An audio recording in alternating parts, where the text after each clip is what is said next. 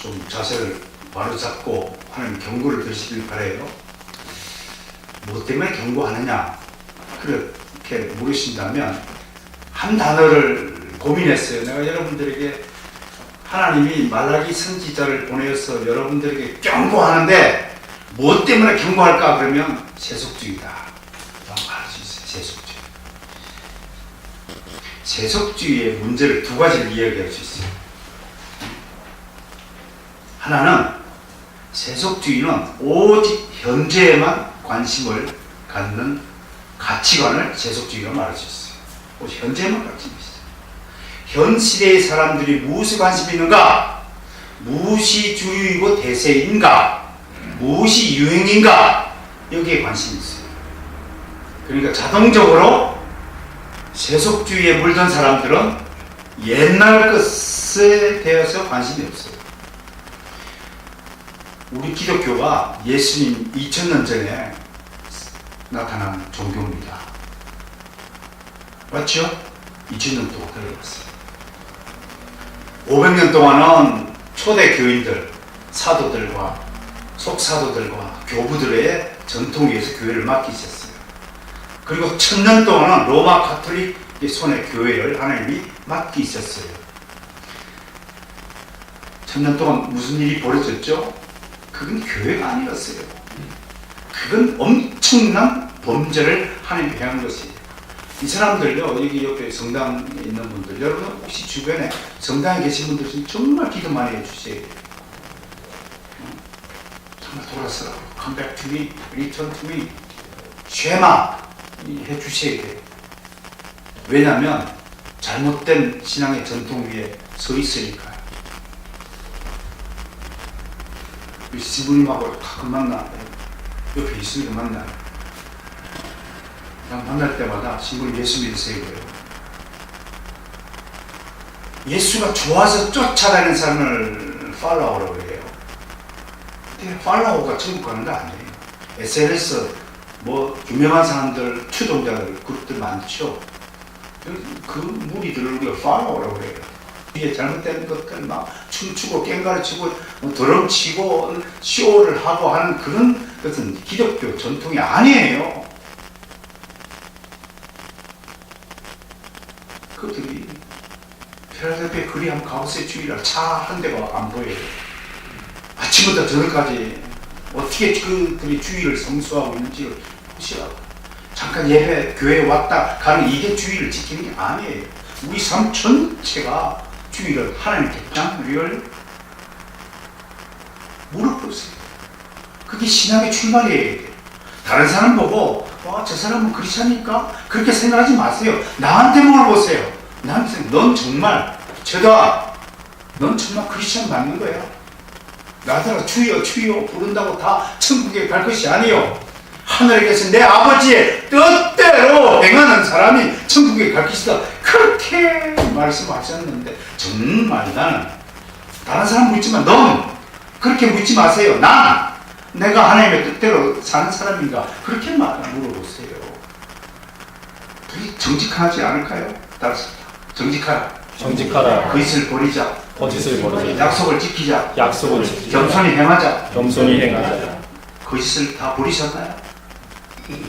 약속을 다 지키나요? 내일은 정말 내가 이쪽으로 주일날 가야지. 이번 수요 예배는 참석해야지. 이번 금요 철학 기대는 참석해야지.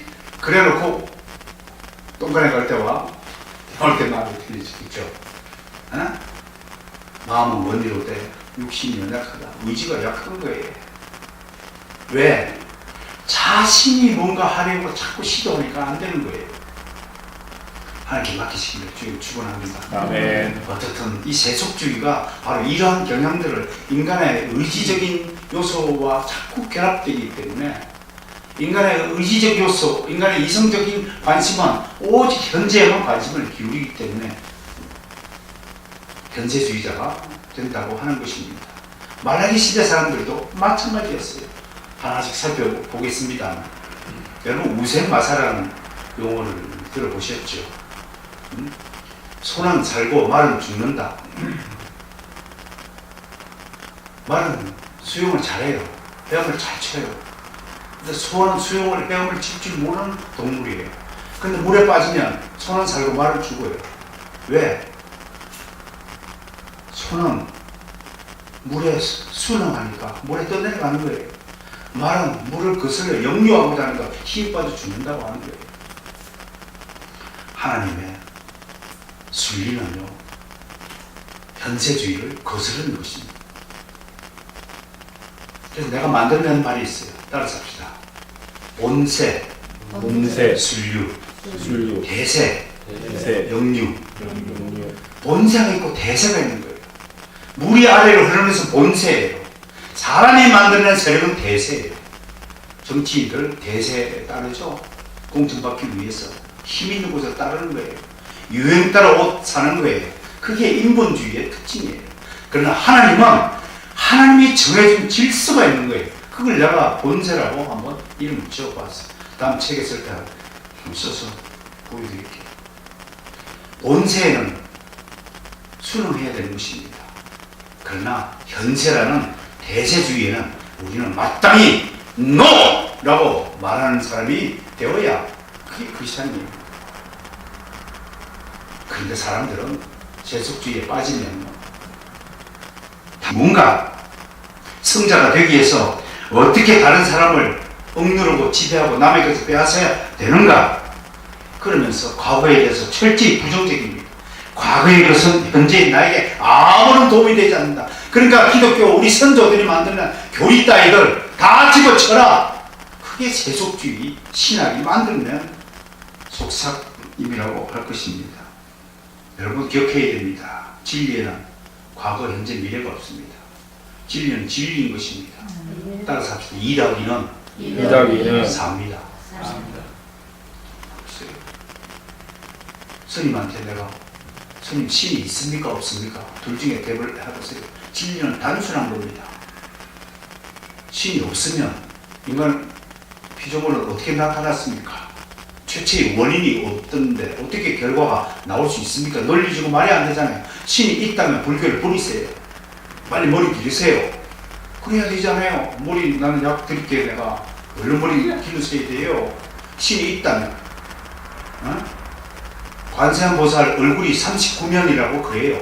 박경에 보면 나는 사상전공자 병정학자니까 불교를 연구할 수밖에 없어요. 이슬람을 연구할 수밖에 없어요. 내가 학교에서 가르치는 과목이 그거니까. 그래서 스님들을 내가 잘 이겨요. 논리적으로. 왜? 하나님은 논리적으로 모순이 없는 분이시니까요. 두려워할 게 없어요. 나는 내가 좀 모자라면 성령께서 도와줘요. 그때마다 물통을 뒤집어 놓고 이렇게 하고 성도들 봐서 새로운 지혜를 주세요. 이길 수 있는 능력을 주신단 말이에요. 그거 믿으십니까 여러분? 예. 스님이 머리 빡빡머리 100개를 들고 와도 내 머리 하나 못 이겨요. 왜? 내 머리가 내 머리가 아니니까요. 여러분 속에 있는 거룩한 상상력은 여러분들이 꾸며낸 게 아니에요. 여러분들이 진짜 크리스찬이라면 성령께서 여러분 지혜를 주시는 겁니다. 아멘. 성령께서 여러분을 다스려 주시는 것입니다. 아멘. 여러분 진리는 단순한 것입니다. 그리고 진리는 옛날이나 지금이나 똑같은 것이에요. 어찌나 오늘이 동일한 것입니다. 이 말을 명심하시길 바랍니다.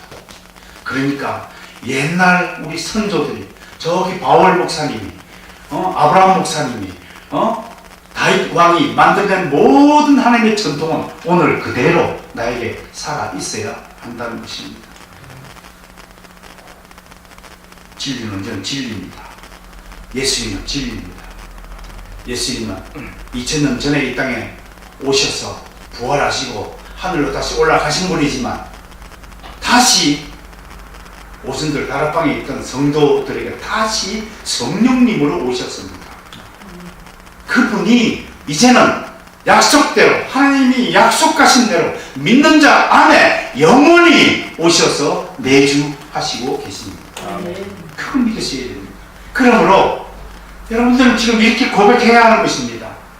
자, 이제 주일날 또 오늘 주님의 은혜로 주의 전에 나와서 아리엘 교회라는 공동체에 모였습니다.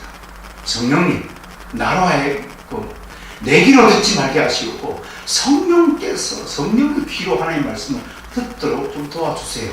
그런 기도가 진정한 하나님의 말씀을 듣고자 하는 태도가 아닐까 싶습니다. 세속주의에 대해서 할 말이 참 많지만 이 정도로 하겠습니다. 앞으로 연속 강연을 통해서 많은 청년들이 세속주의에 꼭 빠질 수 있는 가장 위험한 세대입니다. 말라기라는 뜻은요, 나의 사자라는 뜻입니다. 영어로 하면 my messenger라는 뜻입니다. 하나님이 오늘 1장에 있어서 말라기 선지자를 보내가지고 이사야서 60장처럼 위로한다 이런 말이 아니에요. 오늘 말라기시 주제는 경고한다 라고 했어요. 그렇다면 말라기 시대의 사람들의 도대체 문제가 뭐 있는가, 요거 오늘 살피고 다음 주로 넘어가야 할 것 같아요. 말라기 선지자가 살았던 시대에도 오늘같이 여전히 타락했죠. 근데 문제가 있어요. 타락한 것은 좋은데, 세상이 타락한 것은 좋은데 하나님의 택하신 백성인 이스라엘 백성마저도 타락했고 거기까지도 좋아요. 평신도가 타락한 것까지는 좋은데 목사들까지 타락했다는 것입니다. 제사장들마저 타락했습니다. 이게 연쇄 반응으로 일어났다고 있는 것입니다. 지금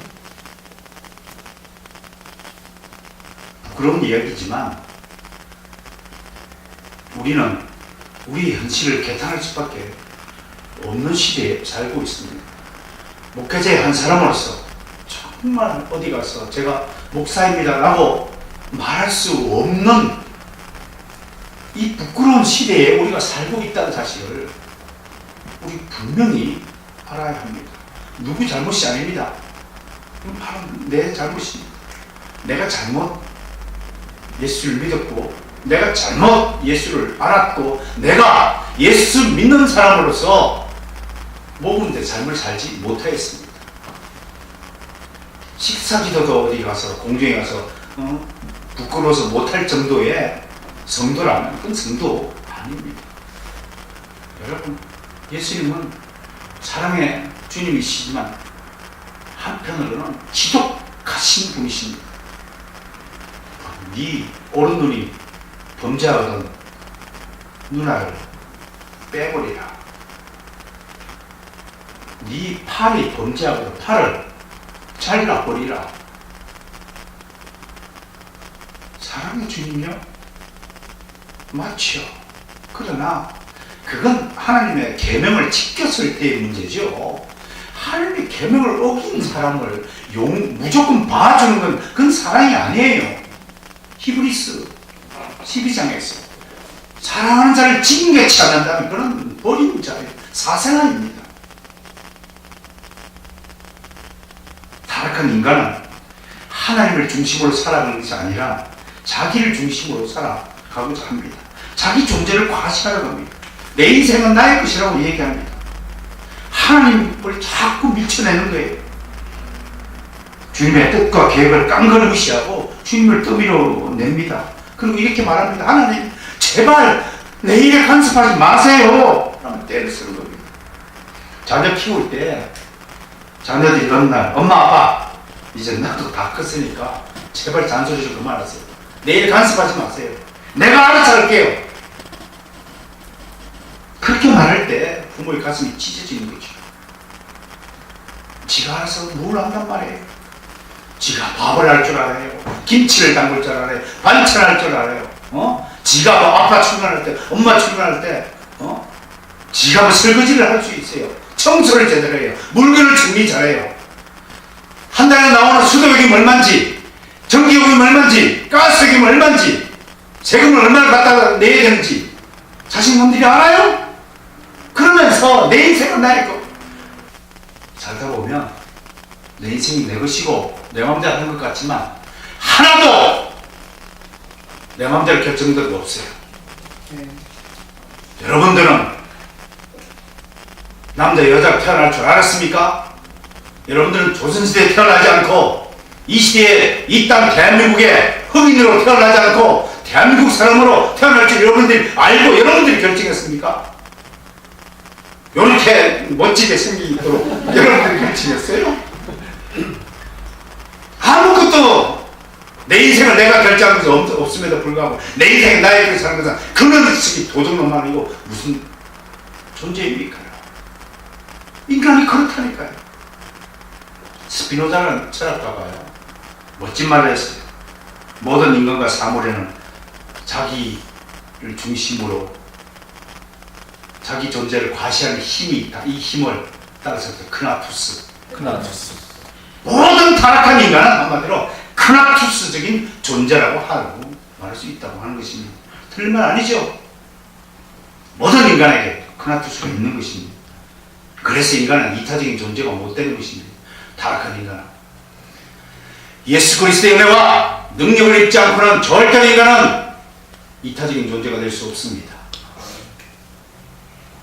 자기를 보호해야 하기 때문에 일단은 자기를 중심으로 무엇이 내게 유리한지 불리한지를 따지게 된 것입니다. 그러나 예수님 그 십자가에 못 박힌 존재는 그런 거 따지지 않죠. 이제 내 인생의 목적은 오직 하나님의 영광을 올리고 그분을 평생도록 즐거워하는 것이 내 인생의 목적이기 때문에 그렇다는 것입니다. 하나님을 멀리한 말라기 시대의 사람들을 하나님 저버렸습니다. 심지어 하나님께 당연히 드려야 될 제사마저 형식적인 제사를 일관했습니다. 그리고 11조를 바치지 않았습니다. 11조를 드려야 제사장들이 먹고 살 텐데 11조를 바치지 않으니까 제사장들이 성전에만 있을 수 없게 되었습니다. 연세이든 도미노 현상이죠. 그래서 제사장들이 성전에서 나와서 일을 하기 시작하였습니다. 일을 하다 보니까 이것저것 만지게 되었습니다. 그러니 일하다 보니 세상 사람들과 섞여서 돈을 벌여야 되다 보니 술도 먹기 시작했습니다. 담배도 피기 시작했습니다.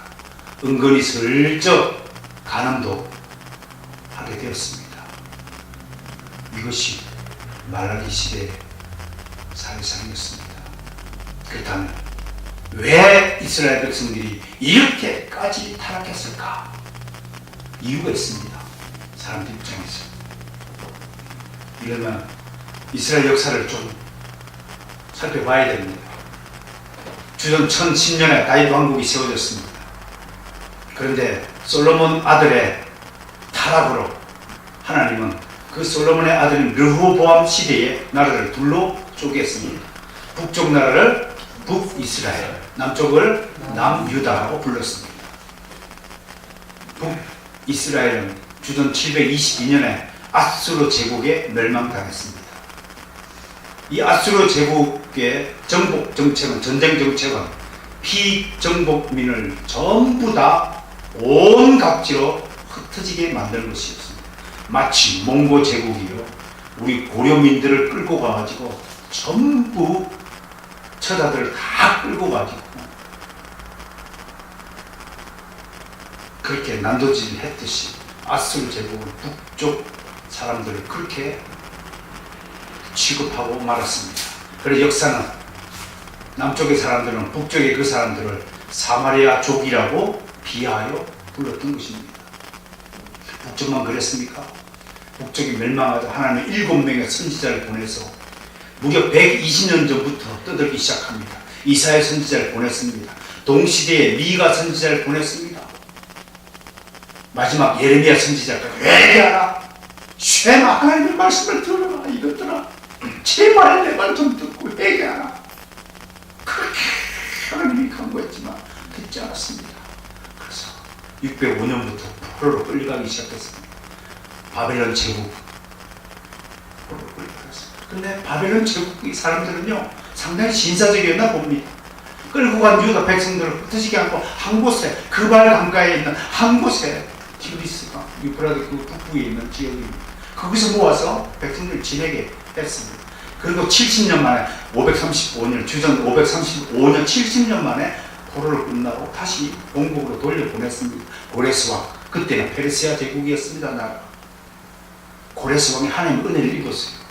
그 이유는 모릅니다. 아무리 신학을 공부해도 고레스가 왜 그런 칙령을 내는지 모릅니다. 단지 알 수 있는 것은 하나님의 은혜를 입었다. 돌아왔습니다. 어떻든 하나님의 은혜로 돌아왔습니다. 우리도 정확하게 따지면 1947년 7월 17일 남한정부가 세워짐으로써 남북한이 정확하게 쪼개졌습니다. 그러니까 70년은 정확하게 2017년 내 9년이면 남북이 갈라진 지 정확하게 왕래가 끊어진 지가 70년 되는 해입니다. 오랜 줄 알았더니 아니가 봅니다. 그런 숫자에 얽매이지 않기를 바랍니다. 다만 유다의 백성들을 70년 만에 바벨론 포로에서 돌아오게 하신 하나님이시여, 우리 민족도 우리 남북한도 70년 만에 하나 되게 하옵소서라는 기도를 우리는 드려야 될 것입니다. 여러분, 포로를 귀환하자마자 유다 백성들이 제일 먼저 한 일이 무엇입니까? 성전을 짓는 일이었습니다. 가장 방해와 어려운 환경 속에서도 기어이 15년 공사를 하여 성전을 지었습니다. 그때 그 감격이라는 것은 정말 있을 수, 상상을 해보세요. 70년 만에 조국 땅을 밟아서 눈치 보면서 예배를 드렸던 그들이 이제 마음 놓고 예배를 드리잖아요. 북한에 있는 그 할머니 엄청 들으셨어요. 주야, 오히려 우리들을 위해서 기도하고 있는 북한에 있는 할머니 기도가 우리 기준에 아직도 남아있잖아요. 지난 영상에 비춰봤잖아요. 그 기도를 들은 그 시절에서 이제 마음껏 북한에 있는 우리의 형제 자매들 마음껏 찬송을 부르는 시대에 저는 올 것이라고 믿습니다만, 그때 그분들이 그 감격이 얼마나 컸겠습니까? 이스라엘 백성이 그 감격이 얼마나 크게 성전 지어놓고 막 할렐루야. 한편으로 큰 예배를 들으면서 이야, 이제 하나님께 우리는 정말 복을 받을 수 있다. 그런데 웬걸 하나님은 아무런 반응이 없으신 겁니다.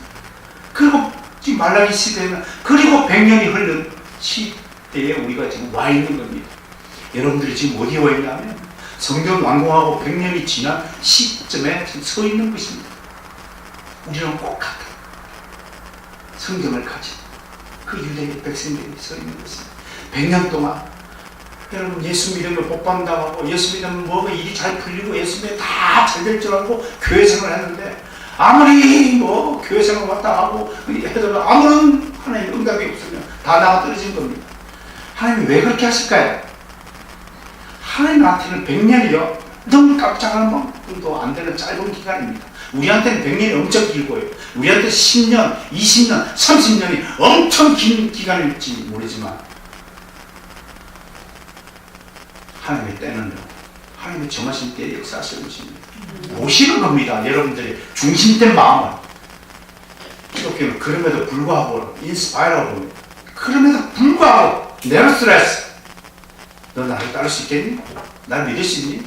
내가 너를 고통 가운데 빠뜨리고, 내가 너를 뺨을 치고, 내가 너를 다리를 끊고, 내가 너의 가족을 다 생명을 앗아 가더라도 너 나 배신할 않을 자신이 있느냐? 그것이 하나님의 지독하신 질문이 되는 것입니다. 그 질문 앞에 다 나가 떨어지는 것입니다. 하나님이 어딨냐고요? 내가 아프고 내가 몸살 치지도록 고통 가운데 있으면 하나님이 어디 있어요? 인간은 그렇게 자기 중심적인데, 크라투스 존재하는 사실 잊지 마세요 하는 것입니다. 나를 믿지 마세요. 내 안에는 배신할 수 있는 이유가 만 가지도 있는 존재가 바로 나입니다. 나는 언제든지 주님을 배신합니다. 조금만 상황이 달라졌어요. 열심히 믿었는데, 열심히 헌금하고, 열심히 봉사하고, 열심히 목사님 말씀 따라서 했는데도 아무런 달라진 게 없으면 다 배신하는 것입니다. 그것입니다. 오늘 말라기 시대에 살아가는 사람들이 그것입니다. 100년 동안 성전 짓고 그렇게 기뻐하고 제사 드리고, 소 갖다 바치고 양 갖다 바치고 제사장들에게 11조 갖다 바치는데도 불구하고 여전히 나라는 독립하지 못하고, 맨날 남의 나라 위에는 시리아, 밑에는 애국, 조금 갖다 바쳐야 되고, 힘든 시기입니다. 그렇지 않으면 돈이라도 좀 벌게 해주면 얼마나 좋겠습니까? 돈 얼마나 좋습니까? 돈만 있으면 다 해결되죠. 내 말이죠. 그렇죠 여러분? 돈 필요하죠? 돈이 필요하지 않다고 하는 사람은 전부 사기꾼이에요. 거짓말쟁이. 돈이 얼마나 귀중한 건데요. 돈이 얼마나 중요한 존재인데요. 그런데 그 돈을 하나님께 받아야 하지 않고 내가 벌고자 하니까 안 되는 거예요. 오늘은 청년들에게 그랬습니다. 돈 벌려 하지 마라. 하나님께 받으려고 애를 써라. 그게 그리스도인의 물질관이 되어야 있습니다. 하나님께 받으세요. 아니 결제세요 하나님 주세요. 그러면 주시는데 왜 그걸 그 창구를 이용하지 않고 왜 내가 돈을 자꾸 벌려고 해요? 그럼 직장들 다 갖고 지금 사업 다 하고 있을 거예요. 말라기 백성들이 타락했다. 특히 두 가지 부분에 하나님께 범죄했습니다. 첫 번째는 하나님께 드린 제사가 타락하였습니다. 유대인들에게 가장 무거운 짐이 뭘까요? 택한 백성의 축복을 받는다는 것 때문에 유대인들은 평생 동안 하나님께 제사를 드려야 하는 무거운 짐을 지고 있는 백성이었습니다. 우리 대한민국의 백성의 짐이 뭘까요? 그건 아마 북한일 것입니다. 남북을 갈려져 있습니까? 얼마나 위협을 하고 있습니까? 늘 짐이죠. 마찬가지로 유대인들은 태어나면서부터 하나님께 제사를 드리는 운명 공동체로 태어난 것입니다. 그래도 살기가 좋을 때는 제사를 기쁨으로 드리지만 그렇지 않으면 점점 제사 드리는 게 귀찮아지는 것입니다. 매번 제물을 갖다 바치는 것이 무의미하게 여겨진 것입니다. 그래도 제사를 드리지 않을 수가 없어가지고 드리긴 드리는데 이제 제물을 속이기 시작하는 겁니다. 눈먼 짐승, 다리 저는 짐승, 병에 걸렸다는 짐승을 속에서 하나님 재단에 갖다 바치는 것입니다. 한마디로 죽은 제사를 드리는 것입니다. 오늘날 많은 한국의 그리스도인들이 썬데이 크리스찬이 되어가지고 죽은 예배를 드리고 있습니다. 로마서 12장 1절 한번 보시겠습니다. 다 알고 있는 구절이겠지만 한번 찾아서 읽어보겠습니다.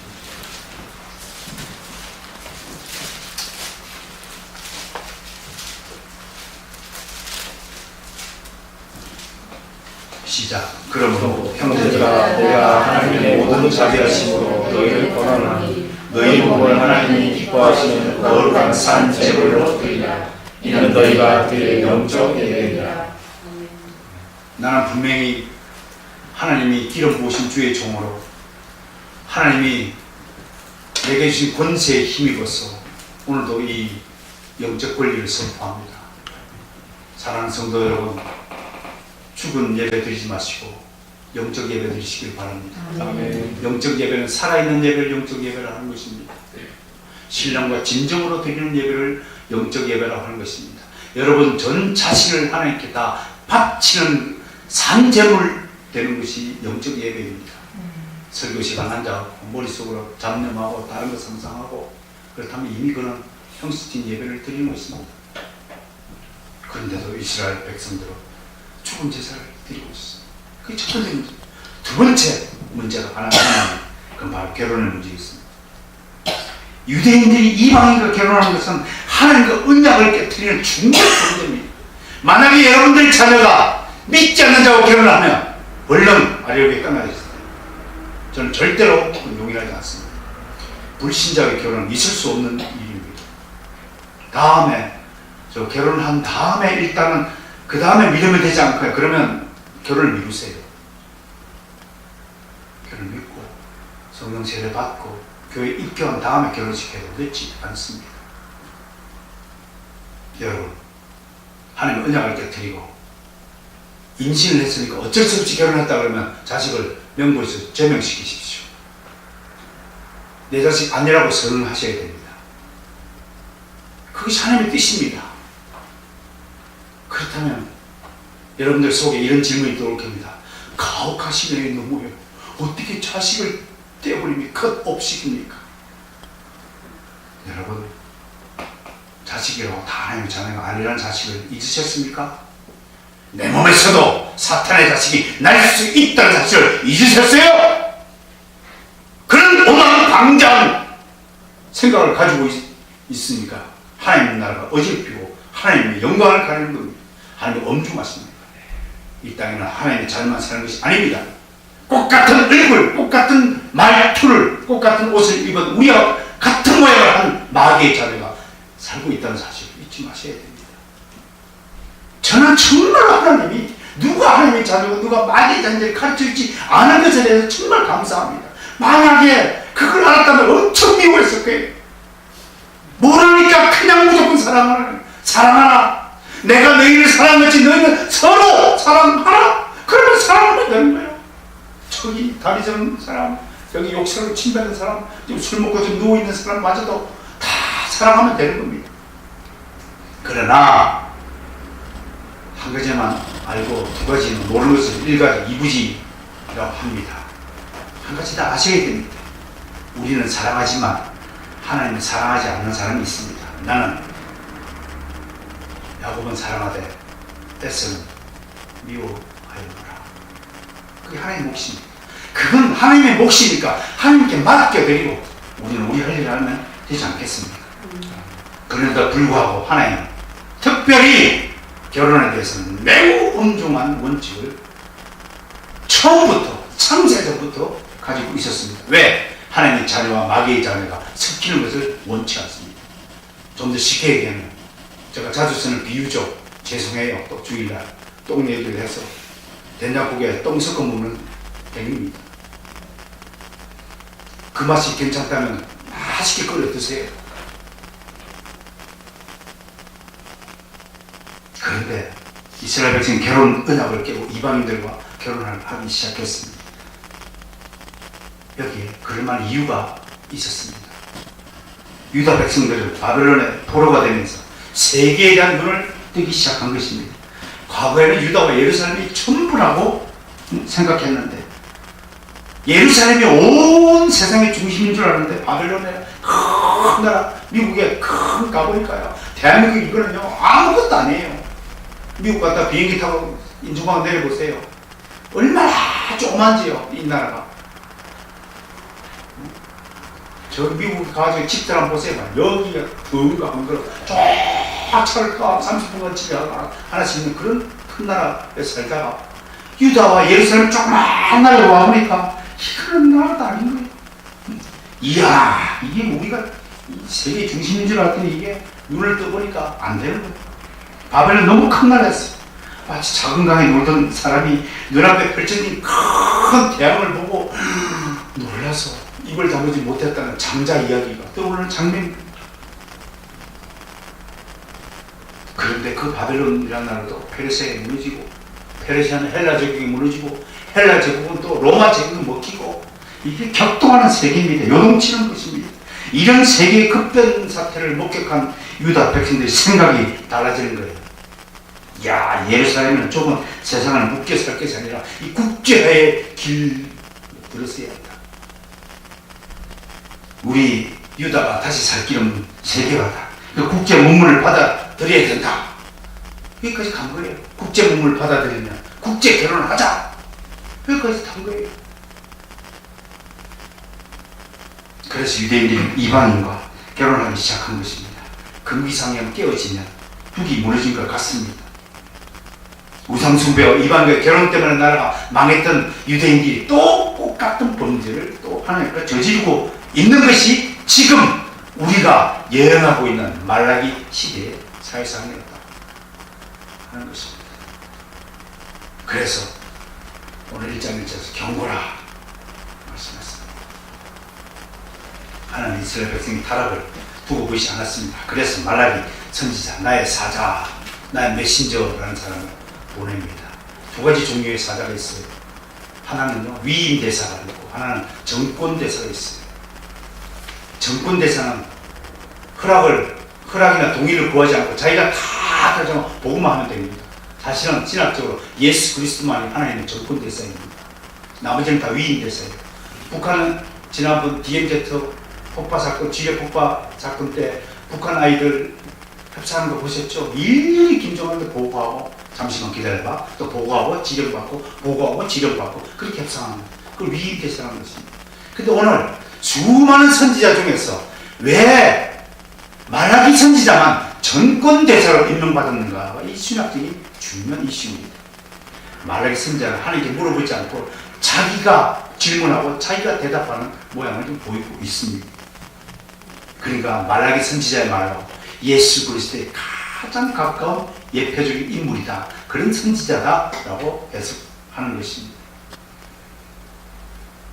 예루살렘 제사장들이 특별히 제사장들의 타락에 대해서 말라기 선지자는 엄하게 꾸짖고 있습니다. 제사장들이 이렇게 말할 수 있어요. 아니 백성들이 11조를 안 바치니까 내가 일을 할 수밖에 없고 일을 하다 보니까 뭐 술도 좀 먹을 수밖에 없고 그런 걸 가지고 뭐 선지자님 우리를 꾸짖습니까? 라고 말할 수 있어요. 하나님은 그런 변명 같은 말에 이렇게 말씀하신 것이 그 이유가 아니다. 그 이유가 없이 내 앞에 말을 하니? 여러분 제사장은 굶어야 되는 거예요. 죽을 상황이 되면 죽어야 되는 거예요. 여러분들을 위해서 죽어야 된다면 내가 당연히 순교해야 되는 것이 제사장의 의무예요. 그게 운명이에요. 마지막으로 경고에 대해서 신학적 의미 살펴봅니다. 오늘 혹시 여러분들 속에서 나는 이런 경고를 받을 만한 행동을 하지 않았는데 라고 생각하시면 하나님의 축복이 임한 줄 믿습니다. 내일 당장 천국에 올라가실 줄 믿습니다. 아주 거룩한 백성이므로 경고는요 심판의 예배행위이지만 정말 하나님의 사랑에 징표라는 사실을 잊지 마시길 바랍니다. 하나님 정말 우리 미워하시면 경고하지 않고 바로 심판하십니다. 바로 죽여버리십니다. 그런데 경고는요 하나님이 정말 우리를 사랑하신다는 반증인 것입니다. 아직 기회가 남아있다고 하는 것입니다. 회개하라는 정말 하나님의 간곡한 부탁이라는 것입니다. 말은 경고지만 하나님은 야 부모가요 자식이 잘못하면 어떻게 합니까? 해클복을 하지 않습니까? 지가 잘못해놓고 꼭 자식놈들이 방귀낀 놈이 먼저 썩낸다고 지가 잘못해놓고 지가 시험 성적 잘못 받아놓고 집안에 들어오면 막 나오고 샤이 말하지 말라고 그런 못된 행동을 하는 거 위장스야. 내가 죄지어놓고 근데 하나님이 액을 복구하잖아요. 죄는 내가 지었는데 애원은 하나님이 하시는 거예요. 오늘 같이 읽었던 스가랴 선지자 말씀도 유다 백성들 이탈을 경고하면서 속히 하나님께 돌아오라고 간청합니다. 18세기 계몽주의는 인본주의의 다른 이름으로 인간에 대한 낙관주의를 기형을 낳았습니다. 이들이 끼친 가장 큰 해악이 뭐냐라고 저에게 묻는다면 저는 잘못된 자녀 양육법을 이 낙관주의가 나왔다고 봅니다. 이 낙관주의라는 자유주의 사상을 가진 많은 사람들이 정책 이반자가 되면 인본주의 정책으로 일관하게 됩니다. 대표적인 것이 학교 인권법 같은 것들입니다. 인본주의는 기본적으로 인간의 선한 존재를 봅니다. 좋은 위로나 충고, 조언, 교육, 훈련 등을 통해서 인간을 개선시킬 수 있다고 보는 입장입니다. 이들은 자녀를 양육하면서 절대로 매를 들지 않습니다. 자녀의 인격과 인권을 존중해야 한다고 주장하면서 자녀를 징계하고 매를 들어 가르쳐야 한다는 성경의 가르침을 정면으로 반대합니다. 계속합니다. 그 결과 현대인들은 자아억제를 상실한 존재가 되었습니다. 누구도 한 개인의 권리와 인권을 강제로 제한하거나 억압하는 것을 금하였습니다. 징계나 체벌은 있을 수 없는 일이 되고 말았습니다. 이렇게 인간의 존재를 고상하게 보고 인권을 강조하면서 인간의 무한 자유를 부르진다 하여 이들을 다른 말로 자유주의자라고 부르는 것입니다. 그러나 성경의 하나님은 인간은 전적으로 타락한 존재입니다. 거듭나지 않고는, 성령으로 거듭나지 않고는 인간은 절대로 개선되지 않는다고 말하고 있습니다. 그래서 징계 없는 사랑은 가짜 사랑이라고 하나님은 선포합니다. 그게 성경의 정신입니다. 인간은 절대로 자발적으로 하나님께 돌아오는 법이 없습니다. 얼마나 인간이 타락하고 악랄하고 못된 존재인지 여러분 아셔야 됩니다. 은하라는 존재가 얼마나 더럽고 추하고 고집불통이고 완악하고 교만하고 거만한 존재인가를 아셔야 합니다. 내가 그랬다고요. 내가 여러분 앞에 서 있는 이 최강 목사가 그런 존재였어요. 세상에서 가장 못된 존재이니까 그냥 너네 하나님 괴롭힐까 봐 나를 목사를 굴레를 써가지고 꼼짝하지 못하도록 만드신 하나님의 사실을 고백할 수밖에 없어요. 여러분, 징계받기를 두려워하지 마십시오. 그렇게 키우다 보니까 요즘 애들이 꾸지람을 못 들어요. 조금만. 그래서 내가 이름을 하나 붙였잖아요. 자, 발광시대라. 자를 발광시켜. 거리 나가보세요. 나를 지적하고 나한테 충고하고 조언하는 사람을 네가 뭔데? 감히 당신이 뭔데 내 자식을 충고를 해. 그들이 이게 세상 정말 징조입니다. 말라기 선지자를 통한 하나님의 경고는 오늘 우리 뒷전에도 생생히 들려야 될 줄 믿습니다. 이런 세상 풍조가 교회 안으로도 스며들었습니다. 하나님의 백성들도 이제 무미건조한 신앙생활하고 불신병에 걸렸습니다. 하나님을 찾고 만나고는 있지만 하나님을 절대적으로 믿지 않는 병입니다. 또 고국병에 걸렸습니다. 거리에는 실업자들이 쏟아져 나옵니다. 청년들도 직장을 구하지 못해서 절망하고 있습니다. 그런데 아이러니한 것은 직장이 없어서 직장을 구하지 못한다는 것이 아니라는 것입니다. 정부의 공식적인 통계를 제가 보니까 3D 직종에는 250만 명의 근로자가 부족해서 외국에서 근로자를 수입해야 한다고 하는 것입니다. 한국 사람들이 어느새 고급병에 걸렸습니다. 험하고 추해 보이는 일을 기피하고 있습니다. 청년들뿐만 아니라 부모들도 자기 자식이 그런 험하고 추한 일을 하지 않기를 바라는 것입니다. 야, 그런 일 할 바에야 차라리 집에 가만히 놀아. 그렇게 가르치고 있는 것입니다. 이 땅에 외국인 근로자 200만 명 시대가 넘었습니다. 그들을 배척하는 소리가 아니라 그들을 대신해서 일하는 그들에게 오히려 우리는 감사해야 할 것입니다. 우리 대신 험하고 힘들고 추하고 더러운 일들을 도맡아하고 있지 않습니까? 환경미화원들 선발하는데 점점 지원자가 떨어진다고 합니다. 여러분, 수많은 사람들이 죄악 가운데 살아갑니다. 불쌍한 처지에 살아갑니다. 오늘 우리를 향해서 하나님의 사랑의 경고를 하고 계심을 우리는 분명히 알았습니다. 어떻습니까, 여러분? 장황했지만 분명한 것은 우리가 하나님의 뜻과 하나님의 계명대로 살지 못하는 형식적인 크리스찬이 아닌가 하는 생각을 조금이라도 가지셨다면 오늘 하나님 말씀 앞에 여러분 바로 선 분들이라고 저는 믿고 3일째 하나님을 대신하여 여러분을 축복하겠습니다. 아멘.